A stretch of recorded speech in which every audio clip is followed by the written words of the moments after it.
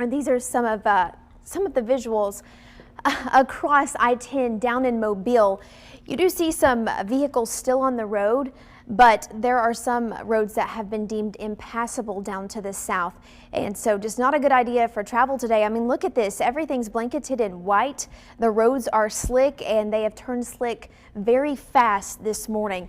Here's WVTM 13 Live Doppler radar. And this is what I wanted to show you, that most of the snow is down to the south, and we did have some radar echoes earlier, but a lot of that is not reaching the ground because, as Taylor said, we have a layer of dry air above us, and that's preventing some of that from reaching the ground. We call it sublimation. You might want to think of it as it evaporating, but the snow is down south, closer to Montgomery, and then for areas even south of there, south of Interstate 85. Take you down to Mobile's radar, and you do see that heavier snow all the way in South Mississippi and then along I-10, and that runs, of course, through the panhandle of Florida. And so that's what I was showing you with those snow-covered roads. Not a good situation down there. As far as impacts for us, very minimal. I do think there could still be a few flurries, a light dusting along I-20, but that is not the most likely scenario, and we expect most of the impacts down to our south. That being said, we'll still be on guard through the afternoon and even this evening.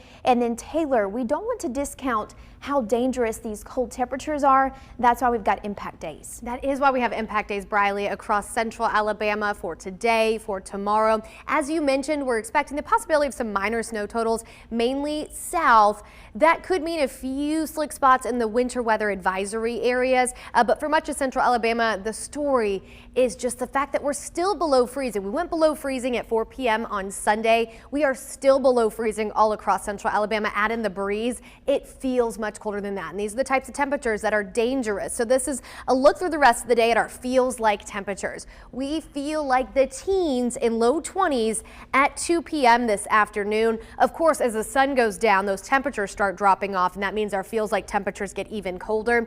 9 p.m. this evening, we're starting to see some single digits, and I believe much of central and north Alabama will feel like the single digits early tomorrow morning. Aniana feeling like 5 degrees. We feel like 7 degrees in Birmingham, and then into the early morning hours, still more of the same, just downright cold weather. Here's where we are forecasting lows to be. So this is what the thermometer is going to show early tomorrow. We've got single digit lows in North Alabama. Across our part of the state, we're going to dip into the teens in a lot of locations. This is the kind of cold that can burst those pipes. So make sure this evening you are dripping your faucets. Open up the cabinets underneath your sinks to allow some of that warm air in there to help keep those pipes warm, and make sure you've got any kind of exposed pipes covered, insulated. Finally, by tomorrow afternoon, we're going to climb above the freezing mark. So as I mentioned, it's been since 4 p.m. on Sunday that we fell below 32. We have not been above 32 in Birmingham. Tomorrow afternoon, we are forecast to reach near 35 degrees. There's going to be a slow warming trend through the rest of the week.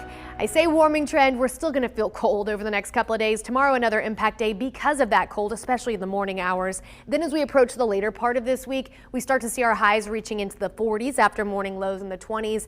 And getting into the weekend, we will get close to 50 degrees with the return of some showers by the end of Sunday.